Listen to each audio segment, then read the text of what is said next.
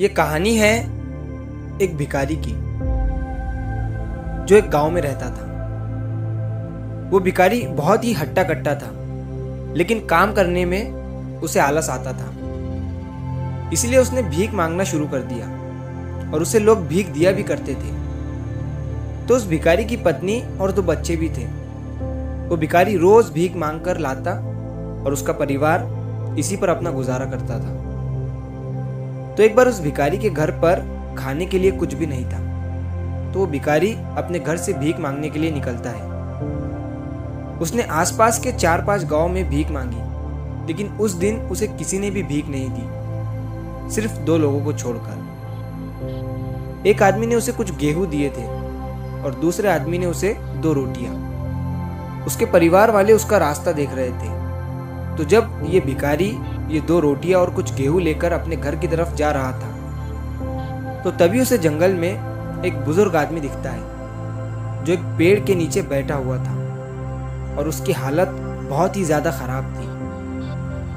ये भिखारी उस बुजुर्ग आदमी के पास जाता है और उन्हें संभालता है।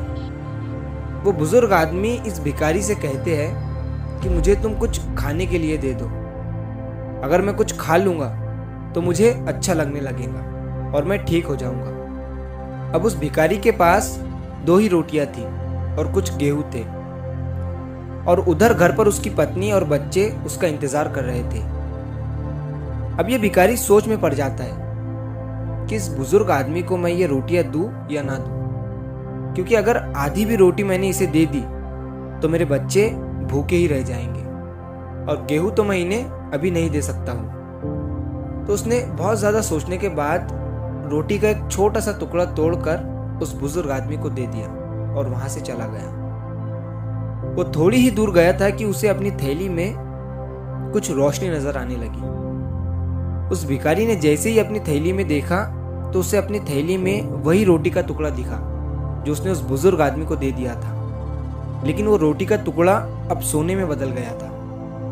भिखारी ये देखकर हैरान हो गया और वो वापस दौड़ता हुआ उस बुजुर्ग आदमी के पास गया, लेकिन वो बुजुर्ग आदमी उसे वहां कहीं नजर नहीं आए। तब वो भिखारी समझ गया कि जरूर वो कोई चमत्कारी बुजुर्ग थे। अगर मैंने उन्हें अपने पास की दोनों रोटियां दे दी होती तो वो दोनों रोटियां भी सोने में बदलकर मुझे वापस मिल जाती, लेकिन मैंने वो मौका हाथ से गवा दिया और अपने बारे में ही सोचकर उस बुजुर्ग आदमी की मदद नहीं की। दोस्तों, इस कहानी से हमें यह सीख मिलती है कि जो जरूरतमंद लोग होते हैं हमें उनकी मदद जरूर करनी चाहिए।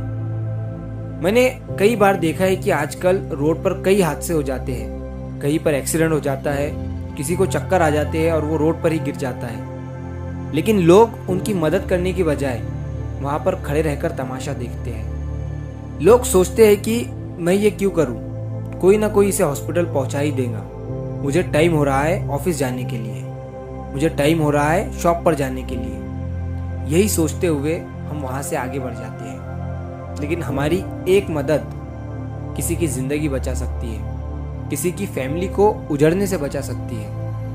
तो मदद करना सीखो, क्योंकि उसका फल आज नहीं तो कल हमें जरूर मिलता है। तो अगर आप इस कहानी को और भी लोगों तक पहुंचाना चाहते हो तो इस वीडियो को लाइक करिए, ताकि YouTube इस वीडियो को और भी लोगों तक पहुंचाए। और अगर कहानी अच्छी लगी हो तो हमारे चैनल को सब्सक्राइब जरूर करिए। मिलता हूँ मैं अगली बार इसी तरह की कहानी के साथ। तो सब्र करो, शुक्र करो और जिंदगी में आगे बढ़ो।